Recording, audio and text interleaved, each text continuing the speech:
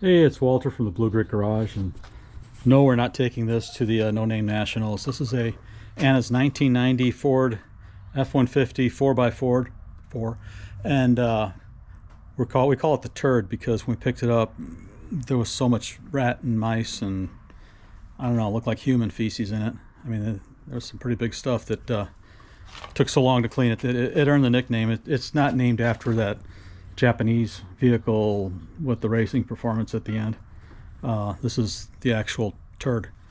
So what we're doing now is we're going to change the front brake calipers, and to do that, Ford has these fun center caps. They're held on with these screws, which are stainless steel. They don't stick to the magnet. You pull the caps off, and don't you love it when these videos make it look so easy? These things are usually corroded or froze to the rim, and you have to use one of those impact screwdriver, I don't know what they call them. It's a piece about yay long, and you hammer on the back with a flat blade, and you can make it tighten or loosen, and you try to loosen it up with that and spray the heck out of it, because you know, there's 3 screws, but they're a royal pain, and you have to take them off to get the lugs off. So I'm gonna get taking the tires off. You know, nice big truck jack stands, have wheel chocks at the back. You have to have safety. So I'll come back with you after I have it all lifted up and show you what the calipers look like. And as far as the No Name Nationals, you can see this old Yeller went to the 2024 No Name Nationals. So if you want to go back on one of the past videos, we had it at the burnout contest and some drag racing and that. So you'll see a picture of this going around an autocross cone. That's the No Name National video, even though No Name National wasn't an autocross. So I'll get back to you in a little bit. Thanks. Okay, back to this project. The reason these came out pretty easy for me was the last time I took them off, I put a little anti-seize on it, along with on the threads of the lugs. So these brake calipers, they're only held on by these little slides. You can see the bottom part's kind of fat and the top part's kind of tight. So the top goes up against the caliper bracket and the bottom goes there. And you just I usually take sometimes a chisel. I'm going to see if this works. You tap them out, you kind of tap them to get off this little lip right here. That's what keeps it from sliding out. So you tap it inward to compress the rubber and slide it out the backside. And then all you have is one 14 millimeter banjo bolt right there, and you have to put the I gotta double check where they went. Oh, they bolt them onto the caliper. They give you a new banjo bolt, and they give you the brass seals, and it goes on each side, you know, on the inside here and on the outside where the bolt is to seal it off. So that's about it. There's also a clip, and I think the clip goes on the back side. I'll have to see when I take it off, and hopefully you have a clip on yours and you can see where it was and just kind of duplicate what they did. You want to use the brake lubricant on the slides, you know, smear a little bit on the bracket and a little bit on the caliper, and then I use disc brake quiet, and I just put some on there and just kind of dab it around on that part where the metal part rests up against the piston. And this already has some here. I'm not going to take this brake pad off. It's a pretty new pad, full of cobwebs, but it's a pretty new pad. It's already had the disc brake quiet on it. And like I say, take some parts cleaner and clean out the slides. Since I've got a new caliper, that slide's already clean, so just clean the slide on the caliper bracket there.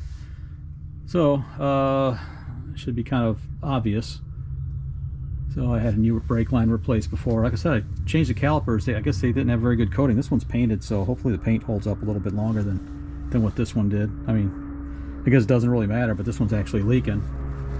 So, well, I'll get it back together and show you what it looks like. Okay, I started getting these out with the punch kind of at an angle. This side, that side, to kind of compress it a little bit to go through. You have to finish it off with the screwdriver because the punch is a little too fat to go through that little gap. Hung a brake line up high, kind of high.